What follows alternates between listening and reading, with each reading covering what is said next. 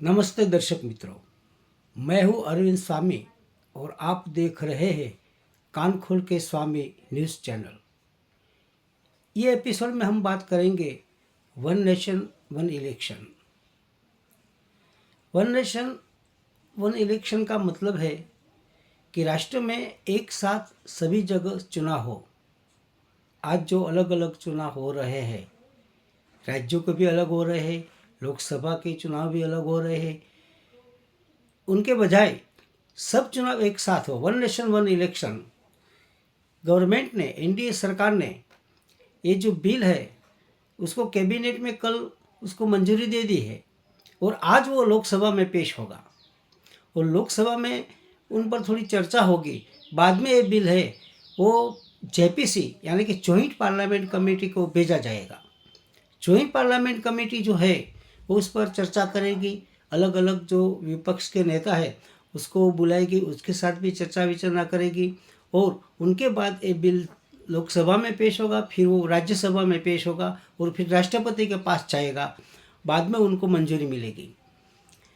समझ लो कि मंजूरी मिल गई तो भी उसका जो अमल है वो 2029 में होगा, क्योंकि लोकसभा का चुनाव जब होगा पूरे देश में उसी टाइम ये वन नेशन वन इलेक्शन का अमल हो जाएगा, अमल करेगी सरकार 2029 से।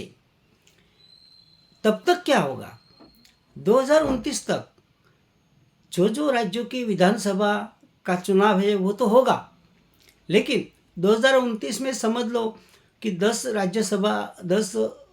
राज्य में ऐसा होगा कि उनकी मुदत है वो पूरी हो जाती है या किसी की बाकी भी रहती है 1-2 साल 1.5 साल, तो सबका विसर्जन हो जाएगा। और 2029 से एक साथ पूरे देश में लोकसभा का भी चुनाव होगा और विधानसभा का भी चुनाव होगा, बाद में स्थानिक स्वराज्य का भी चुनाव होगा। एक अच्छा सोच है, अच्छा विचार है, अच्छा पगला है, उसमें कोई शक नहीं है, लेकिन विपक्ष उनका थोड़ा विरोध कर रही है। विपक्ष कर रही है कि ये लोकशाही के अनुरूप नहीं है। अभी बिल में क्या है, तो जब बिल रजू हुआ था पहली बार लोकसभा में तो उनके लिए एक कमेटी भी तय की गई है जिसमें हमारे एक्स प्रेसिडेंट पूर्व राष्ट्रपति रामनाथ कोविंद और उनके साथ 8 सभ्यों की एक कमेटी बनी है और कमेटी ने इस बिल पर बहुत सोच की है, बहुत चर्चा विचारणा की है और बहुत थोड़ा सा सुधारा भी उसमें दाखिल किया है। उसमें अधीर रंजन भी है, गुलाम नबी आज़ाद भी है, सब 8 लोग जो उसमें है कमेटी में, वो सब अपने क्षेत्र में निष्णांत जो लोग हैं उसका चयन किया गया है कमेटी में और एक सुधारालक्षी अच्छा जो बिल है वो आज लोकसभा में पेश होगा। एनडीए ने अपने साथी को व्हिप जारी किया है, कांग्रेस ने भी यानी कि विरोध पक्ष ने भी अपने लोकसभा के जो सदस्य होते हैं उसको व्हिप जारी किया है।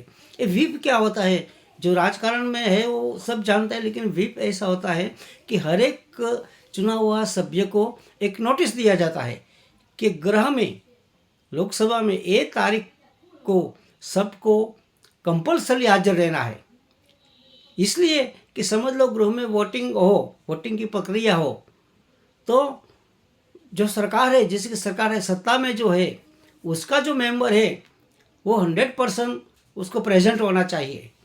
नहीं तो क्या होता है, समझ लो विरोध पक्ष की संख्या बढ़ जाती है तो वोटिंग के समय जो सत्ताधारी पार्टी होती है उसको बहुत नुकसान होता है, इसलिए व्हिप जारी किया गया है। और व्हिप का अनादर करने पर पार्टी जो मेंबर होता है, जो अनादर करते हैं, उसको एक नोटिस भी इश्यू करता है और उसको जवाब भी देना पड़ता है। तो आज लोकसभा में वो पेश होगा।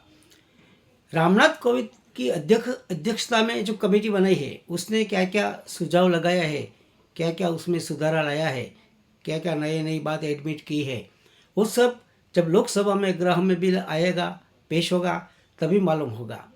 लेकिन उससे पहले ये बात ज़रूरी है कि वन नेशन वन इलेक्शन जब लागू होगा तो 2029 से लागू होगा। 2024 में लोकसभा का चुनाव हुआ और 2029 में जब लोकसभा का चुनाव होगा तभी पूरे देश में ये बिल का अमल होगा। एक उसकी तकलीफ यही है कि समझ लो कि कोई राज्यसभा हो और उनकी विधान परिषद की इलेक्शन हो, गठबंधन की सरकार हो, कोई पार्टी ने उसका सपोर्ट है, समर्थन है, वो वापस ले लिया, उस समय साल 2 साल 3 साल में वो सरकार गिर जाएगी, तो फिर वहाँ क्या होगा? ये सब जो बातें हैं वो ये जो रामनाथ कोविंद के अध्यक्षता में जो कमेटी बनाई है, वो कमेटी ने सब सुझाव उसमें दिया है। पहले ऐसा था, जब अपना देश आज़ाद हुआ तो 1952, 57, 61, 62 ये इतनी बार जो चुनाव हुआ है, वो चुनाव में सब एक साथ हुआ था। लोकसभा का चुनाव भी एक साथ हुआ था और विधानसभा का चुनाव भी एक साथ हुआ था। लेकिन बाद में क्या हुआ? बाद में आया राम गया राम का जमाना आया, तो जो सरकार 5 साल के लिए चुनी जाती थी, वो सरकार गिरने लगी। 1 साल में, 2 साल में, 3 साल में, और बीच में मध्यवर्ती चुनाव जिसको बोलते हैं वो आया। वो हिसाब से पूरे देश में आज ऐसी हालत है कि हर साल कोई न कोई राज्य में चुनाव होता ही है। हर साल कोई न कोई राज्य में स्थानिक स्वराज का चुनाव चलता रहता है। ऐसा बोलो तो हर महीने चलता रहता है पूरा देश में। और चुनाव आयोग है वो इस प्रक्रिया से कभी वो निवृत्ति नहीं होते, कभी उसको फुर्सत भी नहीं मिलती है, मुक्त भी नहीं होता है। कहीं ना कहीं कहाँ न कहाँ तो चुनाव तो चालू ही रहता है। तो जो एडमिनिस्ट्रेटर है, जो तंत्र है, वो भी इसमें लगा रहता है। इससे नुकसान यही होता है कि खर्च बहुत ज़्यादा होता है अलग अलग चुनाव करने से। और दूसरी बात यही है कि टाइमिंग भी बहुत उसमें चला जाता है। जो लोग सत्ता पर है वो प्रचार और प्रसार में लग जाते हैं, और जो तंत्र है एडमिनिस्ट्रेटर, वो पूरा पावर है, वो पावर चुनाव में ही काम करने के लिए लग जाता है। तो लोगों का भी जो चाहिए वैसा काम नहीं होता है, खर्च भी बहुत ज़्यादा होता है। 1 नेशन 1 इलेक्शन में एक साथ चुनाव हो तो करोड़ों रुपया का खर्च से वो बच जाता है। हाँ, अभी तो ऐसी स्थिति है कि लोकसभा में बिल पेश होगा, जेपीसी में जाएगा, जॉइंट पार्लियामेंट कमेटी में, फिर वो राज्यसभा में भी जाएगा, फिर राष्ट्रपति के पास जाएगा, और उसमें अभी जो विपक्ष जो सुझाव देंगे वो भी ध्यान में रखा जाएगा। लेकिन ये जो सोच है वो बहुत अच्छी है, इसमें राष्ट्र को फायदा है, राजकीय पार्टियों को तो फायदा है ही, लेकिन राष्ट्र के जो खर्च होता है चुनाव आयोग में लाखों करोड़ों का, वो उसमें बहुत बच जाता है, वो बहुत सहयोग होता है उसमें, और वो काम से प्रजा का काम भी हो सकता है।